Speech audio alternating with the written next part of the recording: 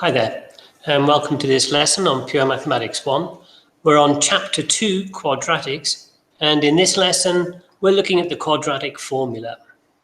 Now, quadratic equations whose solutions are rational numbers, that means numbers you can write as a fraction, they can always be factorized. But quadratic equations whose solutions are not rational numbers, they're irrational, they can't be written as a fraction, they cannot be factorized. There are two standard methods for solving such equations. The second is called completing the square, which we'll be looking at in the next lesson, but the first is the quadratic formula. So given any quadratic, ax squared plus bx plus c equals 0, the quadratic formula is as follows. Taking the coefficients of the x squared, the x, and the constant, x is equal to minus b plus or minus the square root of b squared minus 4ac all over 2a.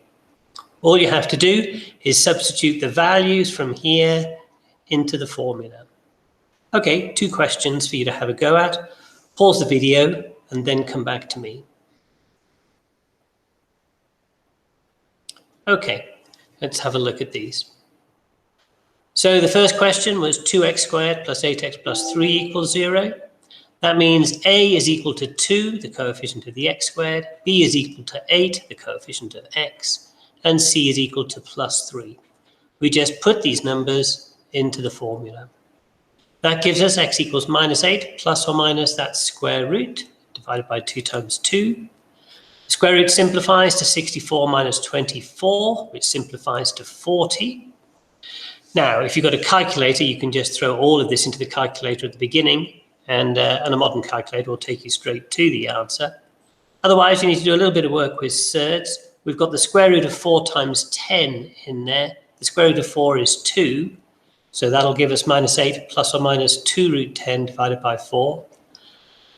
Both of those could be divided by 2, so that gives us minus 4 plus or minus root 10 divided by 2, cancelling the top and bottom by 2, which gives us two solutions. Leaving them in surd form, which is probably what I would do unless I was asked to do otherwise. The solutions are x equals minus 4 plus root 10 divided by 2 and minus 4 minus root 10 divided by 2. If you're asked to write them as a decimal, then obviously do.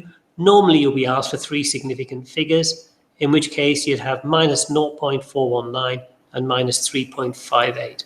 But as I say, if the choice is yours, probably better to leave them in surd form. The second question, 3x squared equals 5x plus 4. So they haven't written it in the standard form, which means the very first thing you have to do is, yes, rewrite it by moving things around, bringing the 5x and the 4 over to the left-hand side, which gives us 3x squared minus 5x minus 4 equals 0. Then the coefficients are 3 for the x squared, minus 5 for the x, and minus 4 for the c.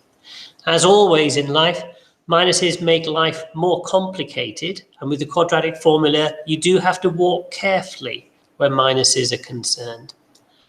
Substituting those in, the first thing which you have to be very careful of if you're using a calculator is that you put the minus 5 for b into brackets. So minus 5 in brackets squared.